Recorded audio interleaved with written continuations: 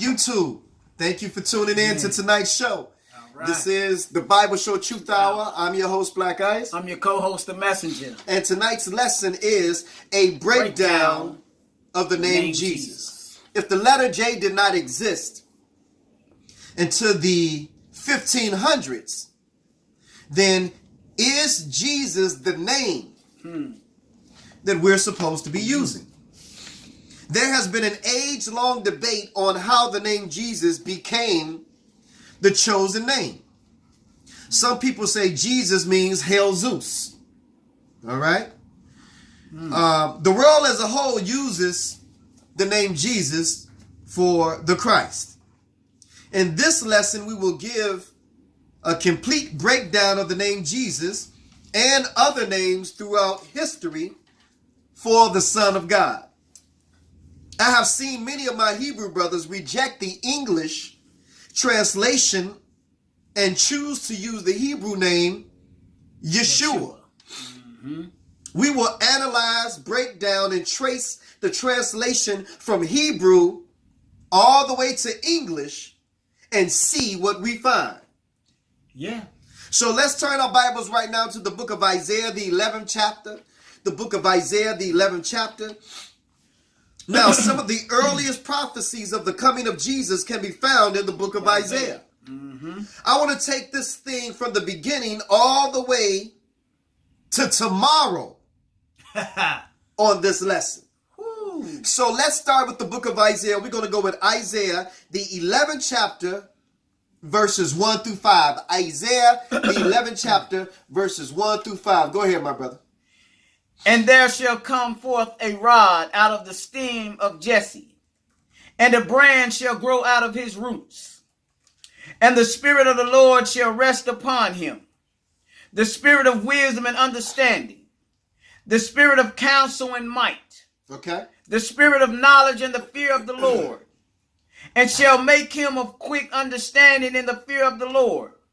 And he shall not judge after the sight of his eyes, neither reprove after the hearing of his ears. But with righteousness shall he judge the poor, and reprove with equity for the meek of the earth. And he shall smite the earth with the rod of his mouth, and with the breath of his lips shall he slay the wicked. And righteousness shall be the girdle of his loins, and faithfulness the girdle of his reins. See, all the way in the book of Isaiah, brothers and sisters, it was prophesied that the Son of God would be coming. Yes. The one whom we know to be Jesus today, whom the whole world recognizes as Jesus today. And I'm using that name for the purposes of making sure you know who we're talking about. For those who only know that name. Right. So the book of Isaiah gives the prophecy that one would be coming that would bring forth change. That's what Isaiah had to say. Let's go to the book of Jeremiah. Here is another prophecy of the one who we know as Jesus coming. Although a name is not given at this time, we are given a sign of one who is to come and deliver the people. Yes. Now be mindful that Jesus had a twofold mission. The first was to redeem man, and the second, which has not been fulfilled yet, will be the conquering of the worlds and establishing his kingdom. Absolutely. And this is why they were so mad at Jesus, because they like, if you are the Son of God, the Messiah, the Christ, then why aren't you taking us from Roman rule? Because it was prophesied that you were going to be, a government was going to be upon your shoulders. Your kingdom would have no end. I don't see none of that coming from you, Jesus. Well, he had a twofold mission. The first time he came was to redeem man. That's right. And when he comes back is when he fulfilled the second half of that mission, which is to establish his kingdom here on this earth. But let's read about the prophecy of him coming in the book of Jeremiah, the 23rd chapter. Let's go 5 through 8. Jeremiah 23, 5 through 8. Behold, the days come, saith the Lord, that I will raise unto David a righteous branch, and the king shall reign and prosper. So he got to come through David. Yes. David came through or from Abraham. So it's still the seed of Abraham, Isaac, and Jacob. And you know, Jacob's name was changed to Israel. So he would be one of the children of Israel through David. Continue, my brother. And shall execute judgment and justice in the earth. In his days Judah shall be saved, and Israel shall dwell safely. And this is his name, whereby he shall be called the Lord of righteousness. Therefore, behold, the days come, said the Lord, that they shall no more say, the Lord liveth, which brought up the children of Israel out of the land of Egypt. But the Lord liveth, which brought up which led the seed of the house of Israel out of the north country, and from all countries whither I had driven them, and they shall dwell in their own land. So, brothers and sisters, he knew that we would be driven all over this world. He knew that, brothers and sisters, that we would be driven all over this world. Oh, you already got it. Yes. He already got it. All right, cool. So here's another prophecy, all right? So we're just starting off with the good foundation to let you know that this is who we're talking about. Talking about the Son of God, the one who came through Mary, the one who healed the sick, made the blind see, made the deaf hear, made the dumb speak. We don't want no mistake as to who we are talking about in this lesson right here, brothers and sisters. Let's go to the book of Micah, the 5th chapter. We're going to go in the New Testament too for those who are on here for the first time watching this show. We don't just stay in the Old Testament. We go here a little, there a little, line upon line, precept upon precept. So, brothers and sisters, we go all over this book called the Bible. But one thing we do here on this show is we read. Yes. Let's go to the book of Micah, the 5th chapter. Now, the prophecy continues in the book of Micah about the coming of the one whom we know to be Jesus. Right. Still, no name is mentioned as to who this one would be. Let's go to Micah, the 5th chapter, verses 1 through 5. Micah 5, verses 1 through 5. Go ahead, my brother. Now gather thyself in troops, daughter of troops. He have laid siege against us, that they shall smite the judge of Israel with the rod upon the cheek. But thou, Bethlehem, Ephrath, though thou be little among the thousands of Judah, yet out of thee shall come forth unto me, that is to be ruler in Israel, whose going forth have been from old, from everlasting. Therefore will he give them up until the time that she which travelleth hath brought forth. Then the remnant of his brethren shall return unto the children of Israel. And he shall stand and feed in the strength of the Lord, in the majesty of the name of the Lord his God.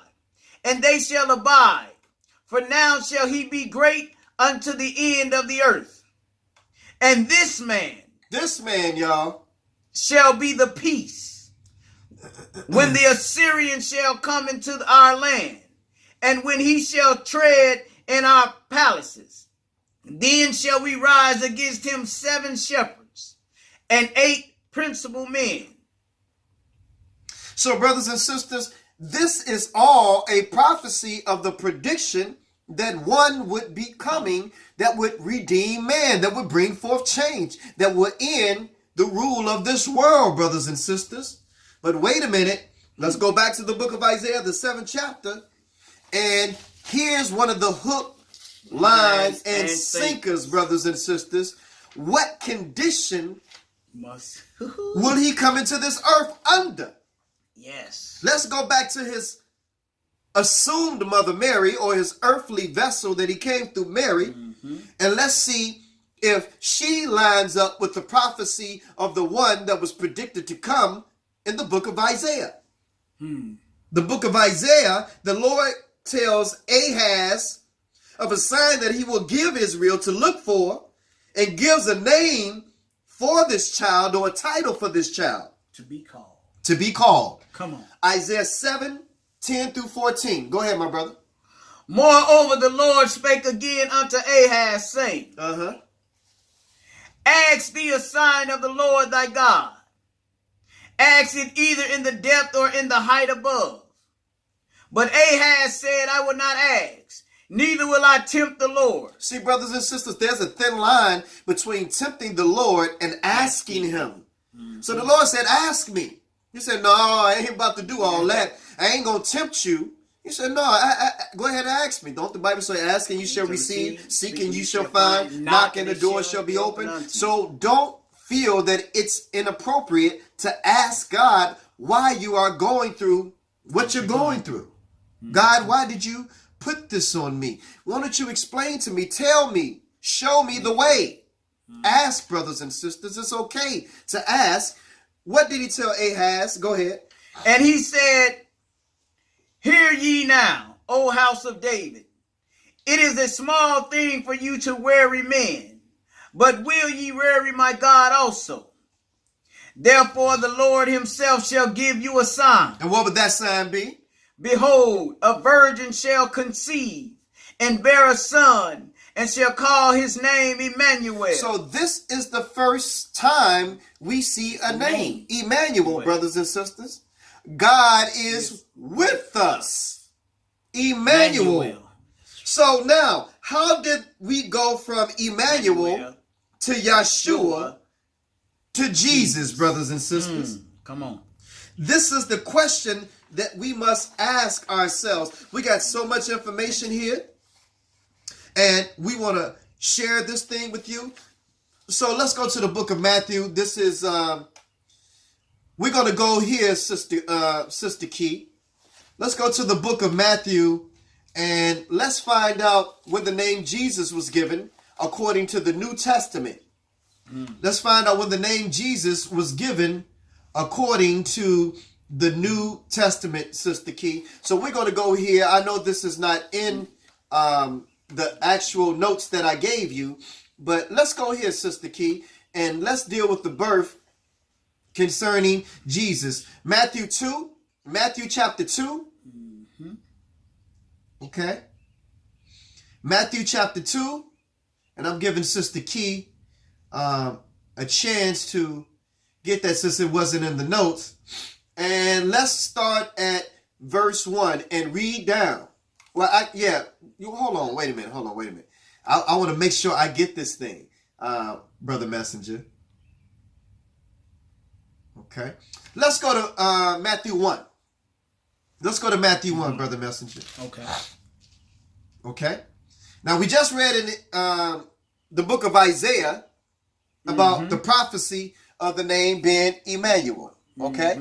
So we're going to go to the book of Isaiah, and let's go to 19, Matthew 1, 19 through 25. Matthew 1, 19 through 25. Go ahead, my brother.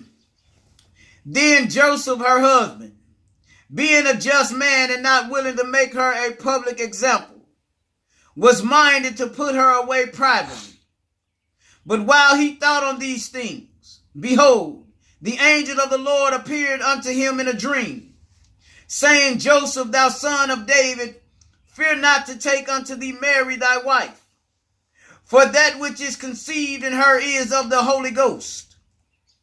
And she shall bring forth a son, and thou shalt call his name Jesus, for he shall save his people from their sins. Now all this was done that it might be fulfilled, which was spoken of the Lord by the prophet, saying, Behold, a virgin shall be with child, and shall bring forth the son, and they shall call his name Emmanuel. There it is again. You got the name Jesus invoked in the book. And you still have the name Emmanuel, which means God is with us. Continue, my brother. Which being interpreted is God with us. Then Joseph, being raised from sleep, did as the angel of the Lord had bidden him, and took unto him his wife, and knew her not till she had brought forth her firstborn son, and he called his name Jesus. So Jesus was the firstborn. So Mary had more children. So Jesus had other siblings, brothers and sisters. Learning something on the way to learning something. But now we understand that the Romans were ruling during the time of Jesus, right? Yes. And not just during the time of Jesus. The Romans ruled before Jesus and after Jesus. Yes. All right.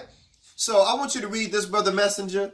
Let's find out how long the Romans ruled. So you can start right here. And we're going to find out how long. We're going to go to Wikipedia and find out how long the Romans ruled so that you can understand that any nation that rules over you is going to give you their language. Yes. Now, we were taken off the continent of Africa. Although we were Israelites occupying the African space, the Africans gave the slave traders, us Israelites. Some of us was dropped off in Jamaica, the Caribbeans. Some of us were dropped off here in America.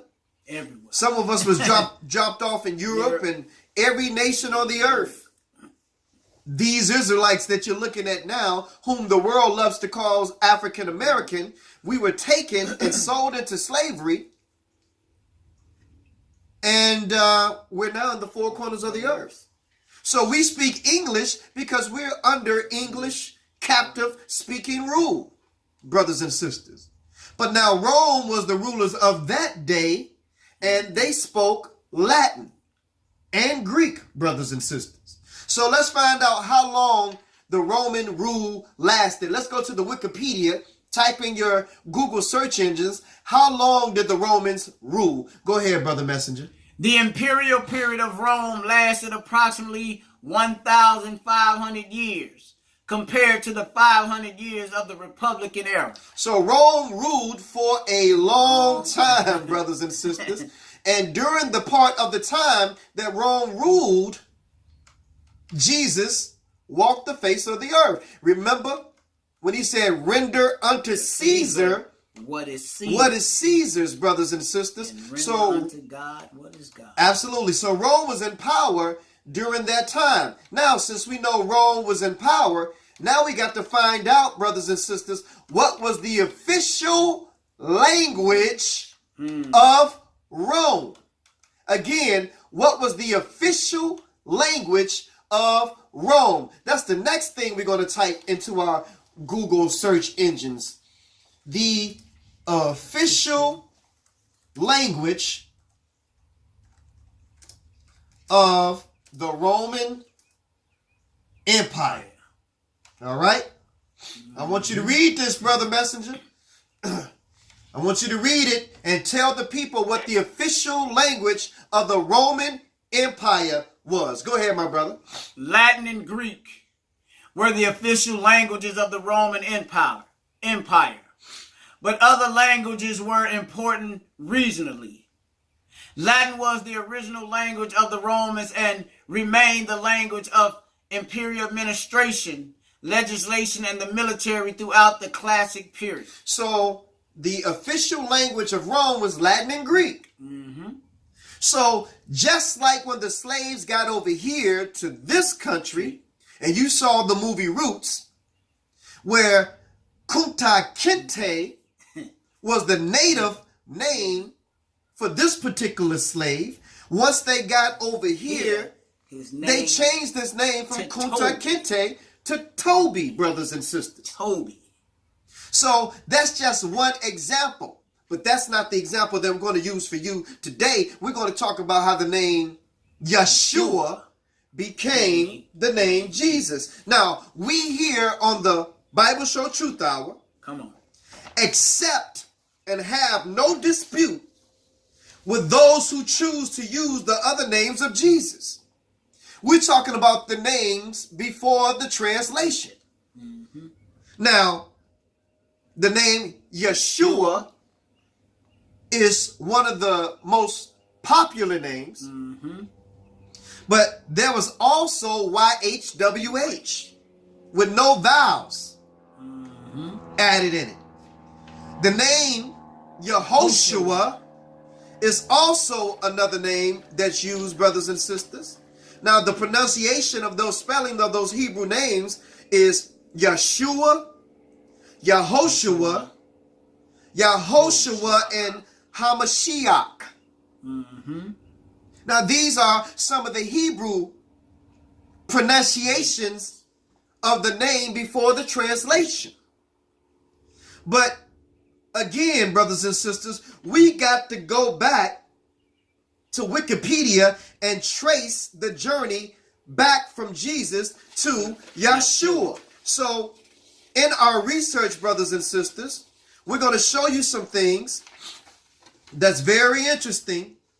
And we want you to understand a couple of things also as well that we're going to get into and we're going to bring up so that you can understand how some of the spelling became exactly what it is today, brothers and sisters. Now, the name Yeshua, brothers and sisters, this was the Greek spelling of the name Yeshua. I'm going to show you that, brothers and sisters. This was the Greek spelling of the name Yeshua. But it still does not tell us how this name became the name Jesus, because through translation, it would appear that Yeshua would be Joshua. And we're going to show you also that Yeshua and Joshua and Jesus are all the same name, brothers and sisters. But we're not done yet with our translation. Now, when you go a little bit further and you dig a little bit deeper, brothers and sisters, we're going to start breaking down this translation. Now, you got one spelling of the name Yeshua, which is Yehoshua. Again, Yehoshua. So, where's that 1611 King James Version of the Bible? It should be, here it is right here. Now, I'm going to show you something in a moment. This was the first King James Bible, brothers and sisters. The first King James Bible. I'm going to show you something in a moment. Now, that name that I just showed you went from Yehosua to Yeshua. Now, I want you to look at that. So it went from the name that we showed you, Yehoshua, to Yeshua. Bring it over. There you go.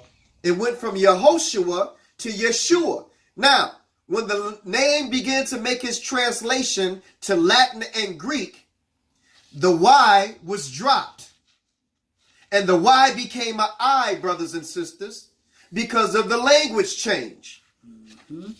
The Y became an I because of the language change. The E and the S remained the same. There is no H, brothers and sisters. So the H was dropped when it started to become translated from Greek, from Hebrew and Aramaic to Greek and Latin. So the H was dropped. But then the U remained the same. So we're going to show you a couple of things because, see, originally the S wasn't there. The OU made the R sound. So Yeshua became Isua. Without the S. Remember, the S wasn't there in the beginning. So I want to show you something, brothers and sisters. Let's pull out the 1611 King James Version of the Bible. The 1611 King James Version of the Bible, brothers and sisters. I want you to see how some of these things are spelled up in here. Let's go to the book of Matthew. Let's go to, let's go all the way to the New Testament. and find out some of these names, Brother Messenger. And show you some of these things up in here so the people could know what some of the names are. We got 1 Corinthians up in here. We got the book of Romans up in here. And I want to show you how the name Jesus is spelled in this book right here. I want to show you how the name Jesus is spelled in this book. So we're going to show you. There we go, Brother Messenger. So this is the book of Corinthians. Okay. And we're going to show you how the name Jesus is spelled right here. So if you guys could see it, and let me put a mark right here. Do we have a highlighter? Yes, we do. We're going to show you this, brothers and sisters. And I know this is real animated for the Bible Show Truth Hour, and we're not used to getting up and showing y'all stuff like this, but we got to do it for this show. I want y'all to see this. YouTube, I'm going to show you first. I want you to look at that and see how the name Jesus is spelled, or the name that we know to be Jesus today. It says, I'm going to show it to you guys. I want you to see it. The Lord Jesus Christ. I want you to see that. Now, this is, and let me know, Sister Key, if you guys were able to see that. And this is the 1611 version of the King James. The first King James, the 1611. I want y'all to see it. 1611. Could y'all see the spelling of Jesus before the J was added with I-E-S-U-S? I want to make sure you guys see it before we move on. So talk back to me. I-E-S-U-S. Okay. So I'm going to show you this one more time. How Jesus is spelled before. We can see it. Okay, cool. I'm going to show you this one more time, brothers and sisters. One more time. There is no J in the name, brothers and sisters. So, I'm going to show you how Yeshua became Jesus, brothers and sisters. So, the name went from Yehoshua at the bottom, very bottom, Yehoshua, to Yeshua, and you can see that translation, right? Now, you got Jesus, and then you got another spelling of it without the O, brothers and sisters. And then you got Jesus right there. Now, again, we're going to show you that before the translation, there was no S on this name. So it was really Yeshua, like Yeshua. It was Yeshua, brothers and sisters. Now we got to find out, where did the S come from on the end of the name? Again, where the S comes from on the end of the name. So let's go back to the lesson, Brother Messenger. And we're going to read something to you, brothers and sisters. Going back again to the Wikipedia and studying the Latin language. See, the Latin is the reason why the S got on the name Yeshua. Now, let's read this, Brother Messenger, about the Latin language and the male names. Yes. The Latin language and the male names. The male names in Latin ended in the letter S. Okay? Let's read it, Brother Messenger. In the Latin language, the male names have an S on them. For example, Dionysus and Demetrius, with feminines as Diosia and Demetria. So, brothers and sisters, you know how you got a father who names his daughter after him? My name could be Tony, and I name my daughter Antonia. So you have Demetria, and then you have Demetrius. Mm-hmm. Okay? Continue reading, my brother. Another example. Go ahead. Another example is Antonius and Antonia. And then you had like Marcus Aurelius. Yeah. Right, Marcus Aurelius. Caesar Augustus. Mm-hmm. So the males primarily had an S on the end of their name. So Yeshua, which was originally Yehoshua, Yeshua became Yeshua. And then because of the Latin genitive case, it's called genitive case because Jesus was a male or Yeshua was a male. The Latins put the S on the end of the name. So it went from Yeshua to Isus. Isus. And then as we generated into English, the I became the J. And then it no longer was Isus, it was Jesus, brothers and sisters. Mm-hmm. So we're just bringing you up to show you how the name was translated from Yeshua to Jesus. But we got to steal some more information, and we're going to continue in our lesson. Now, let's go to Genesis, the 11th chapter, because we want to show you something, brothers and sisters. The only time we can read that the people of the earth were speaking one language was at the Tower of Babel. Yeah. So we're going to go to Genesis 11, 5 through 7, and we just want to show you something. If we all had still one language, we wouldn't be having this conversation or this issue right now, because a lot of brothers and sisters refuse to accept the name Jesus because they say that it had nothing to do with Yeshua. Right. And we're just showing you different on this show, brothers and sisters. Go ahead. Genesis 11, 5 through 7. Go ahead. And the Lord came down to see the city and the tower, which the children of men built. And the Lord said, behold, the people is one, and they have all one language.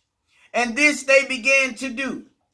And now nothing will be restrained from them, which they have imagined to do. Go to, let us go down, and there confounded their language, that they may not understand one another's speech. So the Lord scattered them abroad from thence upon the face of all the earth, and they left off to build the city. Therefore is the name of it called Babel. So we're going to stop right there for the sake of time, brothers and sisters. So we're just showing you that the people at one time spoke one language. But today, we got thousands of languages that we speak, brothers and sisters. Mm-hmm. So do you think that the Father in heaven would just be limited to one language? To one language that he can communicate with his people in. The Chinese is speaking something different from the Russians. The Russians are speaking something different from the Indians. Yes. The Indian is speaking something different from the French, brothers and sisters. But this word got to be shared in every language, in every nation, in every tongue, brothers and sisters. So this word got to be spread. In some places, they're not calling him Jesus, but they're referring to the same individual. Person. Absolutely. And the same person. Yes, sir. So let's go to the book of Judges, the 12th chapter, 5 through 6, 3 verses. Since the Tower of Babel, we as Israelites have always had an issue or problem with pronunciation. Mm-hmm. We speak broken English over here. It's called Ebonics. Come on. So let's show you something on the way to showing you something, how even the Israelites had an issue with pronunciation. Go ahead, my brother. Judges 12, 5 through 6. And the Gileadites took the passage of Jordan before the Ephraimites. And it was so that when those Ephraimites which were escaped said, let me go over, that the men of Galilee said unto him, art thou an Ephraimite? If he say nay, then said they unto him, say now Shibboleth. And he said Shibboleth, for he could not frame to pronounce it right. He couldn't even pronounce the name right, and we don't even pronounce the name right. And so the brothers that are even speaking Hebrew, they come up with 7 different pronunciations for the same individual. Yehoshua, Yeshua, Yahamashiach, and all different names. And it's the same individual. And then when you use a different translation for the name Yeshua, and you use Jesus, people got a problem with you using Jesus. Well, if I ain't got a problem with you using Yeshua, why you got a problem with me using Jesus? Let's go ahead and continue, my brother. Let's go to the next one. Let's go to the book of Zephaniah, chapter 3. Zephaniah, chapter 3. Whatever language was spoken or is being spoken. Yes, sir. When the Lord returns, brothers and sisters, it will not matter, because the Lord is going to return a pure language to this earth. Again, the Lord is going to return a pure language to this earth. Let's go to the book of Zephaniah chapter 3. Zephaniah chapter 3. And we're going to start off at verse 6. Zephaniah chapter 3. And we're going to start at verse 6, my brothers and sisters. While he's getting it, I'll start off. It says, I have cut off the nations. Their towers are desolate. I have made their streets waste, that none passeth by. Their cities are destroyed, so that there is no man, that there is none inhabitant. I said, surely thou wilt fear me.